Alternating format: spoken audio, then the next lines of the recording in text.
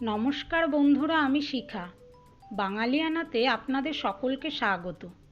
আজ আমি বানাবো অথেন্টিক সর্ষে পোস্ত দিয়ে চিংড়ি মাছ। রেসিপিটি ভালো লাগলে সাবস্ক্রাইব করে পাশে থাকবেন। তো চলুন দেখে নেওয়া যাক এই রেসিপিটি।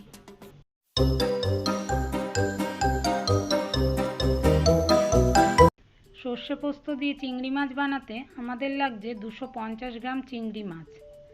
এছাড়া 2 চামচ পোস্ত, 4টে লঙ্কা, একটা মাঝারি সাইজের টমেটো, 1 চামচ সর্ষে, এগুলো আমি একটা পেস্ট বানিয়ে নিয়েছি। 3 চামচ মতো দই। দইয়ের রেসিপিটা আপনারা আমার চ্যানেলে পেয়ে যাবেন। এছাড়াও লাগছে স্বাদ মতো নুন ও হলুদ। দেখুন আমি পেস্টটা বানিয়ে নিয়েছি। প্রথমে গ্যাস অন করে একটা কড়াই বসিয়ে দিলাম এবং কড়াইতে 3 থেকে 4 চামচ মতো তেল দিয়ে দিলাম। অন্যদিকে মাছগুলোতে খানিকটা নুন ও হলুদ মাখিয়ে নিলাম। এবারে নুন ও হলুদ মাখানো মাছগুলো একে একে কড়াইতে ছেড়ে দেব এবং একটু উল্টে পাল্টে হালকা করে ভেজে নেব। মাছগুলো ভাজা হয়ে গেলে অন্য একটি পাত্রে নামিয়ে নেব।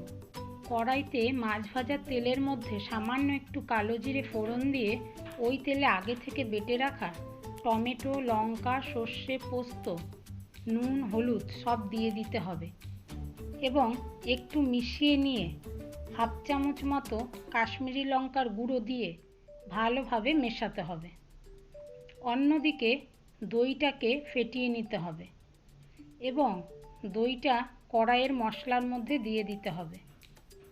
অন্য একটি পাত্রে খানিকটা গরম জল বসিয়ে দিয়েছি।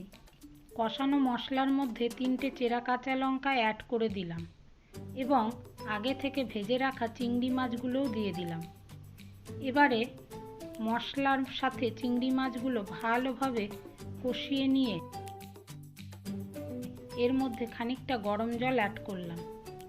জলটা এমন পরিমাণ দিয়েছি যাতে মাছগুলো ডুবো ডুবো হয়। এবারে গ্যাসটা লো করে 5 মিনিট মতো ঢাকনা দিয়ে রেখে দিতে হবে। 5 মিনিট পরে ঢাকনা খুলে ভালোভাবে মিশিয়ে নিতে হবে এবং এই মাছের মধ্যে সামান্য একটু গরম মশলা দিয়ে ভালোভাবে মিশিয়ে যখন দেখব গ্রেভিটা মাছের গায়ে গায়ে লেগে আসবে তখন নামিয়ে নিতে হবে।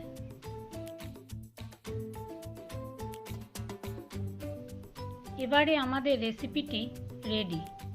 আপনারা এটিকে বাড়িতে বানান এবং কেমন হয়েছে কমেন্টে শেয়ার করুন। ভালো লাগলে লাইক করবেন আর এই রকম রেসিপি আরও দেখতে আমার চ্যানেলটি সাবস্ক্রাইব করতে ভুলবেন না। ধন্যবাদ।